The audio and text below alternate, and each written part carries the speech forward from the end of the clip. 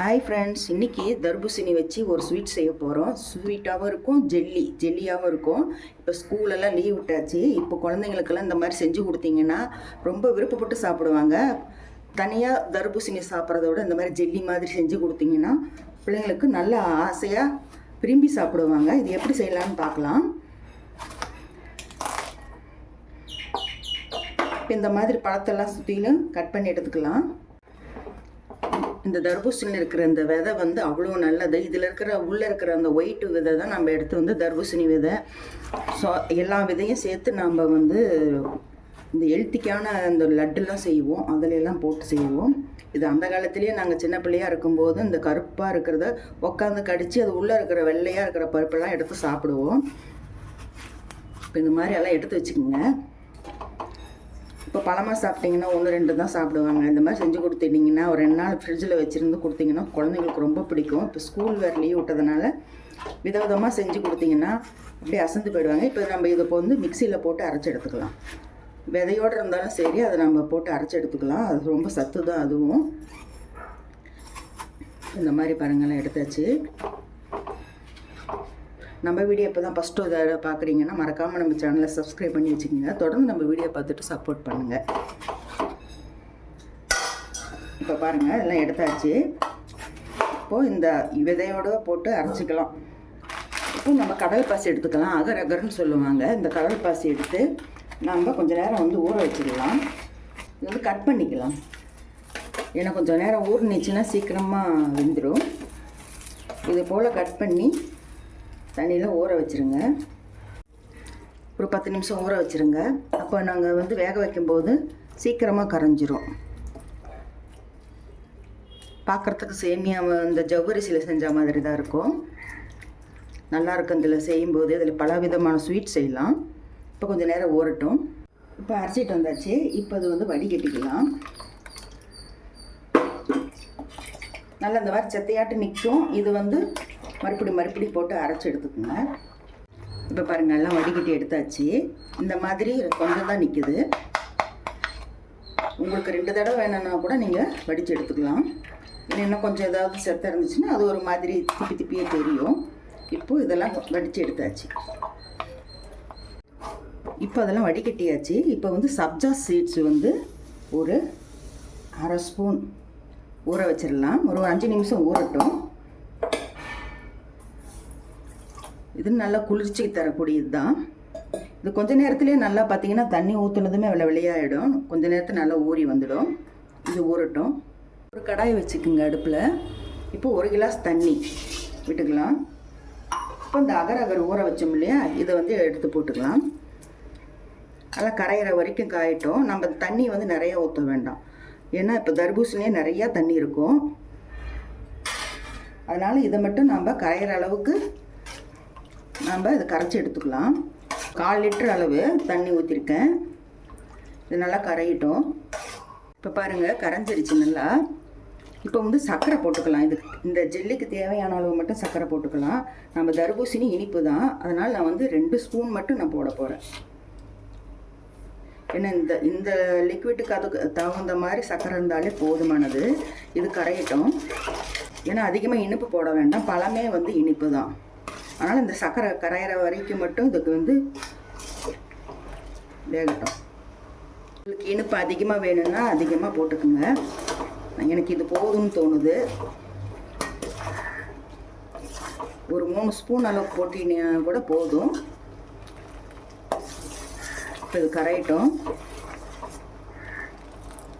இப்போ பாருங்கள், நல்லா கரைஞ்சிருச்சு. சர்க்கரையெல்லாம் கரைஞ்சிருச்சு. இப்போ அடுப்பு சிம்மில் வச்சுட்டு இப்போது நம்ம அரைச்சி வச்ச இந்த தர்பூசணி சாறை அதில் ஊற்றிக்கலாம். ஊற்றி கிண்டிகிட்டே இருங்க. தண்ணி நான் அதிகமாக விடவே இல்லை. பாருங்கள், இது எவ்வளோ தண்ணி பாருங்கள். இது ஒரு 1/2 லிட்டர் இருக்கும். மொத்தம் 3/4 லிட்டர் இருக்கும். எந்த ஒரு கலரும் சேர்க்காம தர்பூசணியுடைய கலரை பாருங்கள் எப்படி இருக்குது. ரொம்ப கொதிக்க வைக்க வேண்டாம். ஏன்னா இது பழச்சாறு, நம்ம வேக வைக்க வேண்டாம். கொஞ்ச நேரம் இந்த சர்க்கரையும் அதுவும் ஜெல்லும் கலக்கிற அளவுக்கு மட்டும் கரைச்சி விட்டுட்டு நம்ம ஒரு பவுலில் ஊற்றி வச்சுக்கலாம். எனக்கு ஸ்வீட் கம்மியாக இருக்கிற மாதிரி தான் இருக்குது, டேஸ்ட் பண்ணி பார்த்தேன். அதனால் நான் வந்து இன்னொரு ஸ்பூன் போட்டுக்கிறேன். மொத்தம் இதில் பார்த்தீங்கன்னா 3 ஸ்பூன், கொஞ்சம் பெரிய டீஸ்பூன், இது டேபிள் ஸ்பூன் கூட கொஞ்சம் பெருசு தான். இதில் 3 ஸ்பூன் போட்டிருக்கேன். போதும், இந்த தித்திப்பு கரெக்டாக இருக்கும். இப்போ அது கரையிற அளவுக்கு மட்டும் வேகட்டும். இப்போ பாருங்கள் 2 நிமிஷம் ஆகிடுச்சி, சர்க்கரை கரைஞ்சிடுச்சு. நான் அதிகமாக தண்ணி விடவே இல்லை. ஃபஸ்ட்டு வந்து 1 கிளாஸில் தான் அந்த வந்து அகர் கரையிறதுக்காக 1 கிளாஸ் விட்டேன். இப்போ இந்த தர்பூசணி அரைச்ச தண்ணி தான், அதில் தண்ணி ஊற்றி அரைக்க வேண்டியதில்லை. அந்த தண்ணியே 1/2 லிட்டர் இருந்தது. இப்போ நம்ம அடுப்பு ஆஃப் பண்ணிடலாம். இது வந்து கொஞ்சம் நேரம் ஆறட்டும். கொஞ்சம் கலராக வேணும், இன்னும் கொஞ்சம் ஸ்வீட்டாக வேணும்னா இது பாருங்கள், சர்பத்து போடுறது தான் இது. இது வந்து ரோஸுடைய சர்பத்து, சூப்பராக இருக்கும். இது ரோஸ் மில்காவும் போடலாம். இதுவுடைய 1 ஸ்பூன் நான் வந்து இதில் போட்டுக்கிறேன். நல்லாயிருக்கும். நம்ம வந்து இறக்கிட்டோம். இப்போ இறக்கிட்டு இப்போ இந்த ஒரு ஸ்பூன் அளவுக்கு இதில் போட்டு மிக்ஸ் பண்ணிக்கலாம். இது ரோஸ் மில்க்குன்னு இதில் தான் செஞ்சு கொடுப்பாங்க, நல்லாயிருக்கும். இது வந்து இப்போ பாருங்கள் கொஞ்சம் கலர் வந்துருச்சு. இது கொஞ்சம் சூடு ஆறுனதும் நாம் ஒரு பவுலில் போட்டு வச்சுக்கலாம். கொஞ்சம் சூடு ஆறிடுச்சு, அதிலே விட்டிங்கன்னா கெட்டியாகிடும். நமக்கு ஒரு சேப்பு வேணும்னா நம்ம இதில் போட்டுக்கலாம். சூடு ஆறுனதுமே நம்ம ஃப்ரிட்ஜில் எடுத்து வைக்கணும்.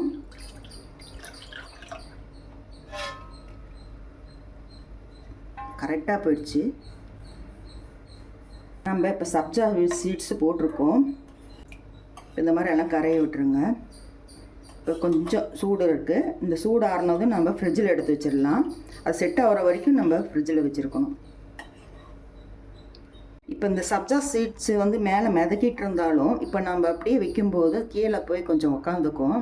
அப்போ அது வந்து டெக்கரேஷனாக தான் இருக்கும், நான் அப்படி நினைக்கிறேன். இப்போ பார்த்தீங்கன்னா நல்லா கரையை விட்டுட்டு நல்லா கட்டியே இல்லாமல் கரைஞ்ச வாட்டி எடுத்து ஃப்ரிட்ஜில் வச்சிடலாம். அப்போது சூடு ஆறிடுச்சு. இப்போ பாருங்கள் நல்லா செட் ஆகிடுச்சு. இப்போ வந்து 1 மணி நேரம் 2 மணி நேரம் தான் இருக்கும். அப்படி தனியாக வருது. இந்த பவுலில் ஊற்றுனாலே என்னமோ தெரியல, அப்படி பார்த்தீங்கன்னா இப்படி அழுத்தினால தனியாக வந்துடும். அந்தளவுக்கு சூப்பராக வருது. சுற்றுது பாருங்கள், அப்படியே வச்சு சுற்றுனா எவ்வளோ அழகாக வந்திருக்கு பாருங்கள். பார்க்கவே அழகாக இருக்குது. இப்போ இது வந்து இன்னொரு தட்டுக்கு மாற்றிடலாம், கமித்திடலாம். உள்பக்கம் எப்படி இருக்குன்னு பார்க்கலாம்.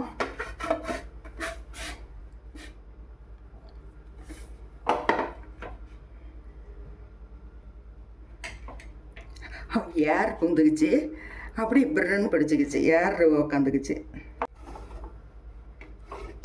அப்படி ஏர் பூந்தனால வரல. வா, சூப்பராக இருக்குது பாருங்க, எவ்வளோ அழகாக இருக்குது பாருங்க. அந்த ஜெல்லிலாம் போட்டதெல்லாம் மேலே வந்துருச்சு, அந்த சப்ஜா சீட்ஸ் போட்டதெல்லாம் மேலே வந்துருச்சு. இது பாருங்கள், இன்னும் கூட நம்ம நிறையா தண்ணி விடலாம், அந்த அளவுக்கு இருக்குது. எவ்வளோ சூப்பராக வந்திருக்கு பாருங்கள். இதை அப்படியே கட் பண்ணி சாப்பிடும்போது இது கையில் எடுத்தால் கூட உடையாது போல் இருக்குது, அந்தளவுக்கு இருக்குது. இது போல் நீங்களும் செஞ்சு குழந்தைங்களுக்கு கொடுங்க பாருங்கள். இந்த லீவு நாளில் இந்த மாதிரி எல்லாம் வந்து டிஃப்ரெண்ட்டாக செஞ்சு கொடுத்தீங்கன்னா குழந்தைங்கள்லாம் விரும்பி சாப்பிடுவாங்க. அவ்வளோ சூப்பராகவும் அழகாகவும் இருக்குது. இது போல் செஞ்சு பார்த்துட்டு எப்படி இருக்குன்னு சொல்லுங்கள். நாங்கள் இது கட் பண்ணவே மனசு வரல. இது வந்து எங்கள் மகன்கிட்ட காமிச்சிட்டு தான் அதை கட் பண்ணணும், அதனால் அப்படியே வச்சுருக்கேன். இந்த வீடியோ பிடிச்சிருந்துச்சுன்னா ஒரு லைக் கொடுங்க, கமெண்ட் பண்ணுங்கள். இது எப்படி இருக்குன்ட்டு நீங்களும் செஞ்சு பார்த்துட்டு எப்படி இருக்குன்னு கமெண்ட்டில் சொல்லுங்கள். மீண்டும் உங்களை அடுத்த வீடியோவில் சந்திக்கின்றேன். பாய்.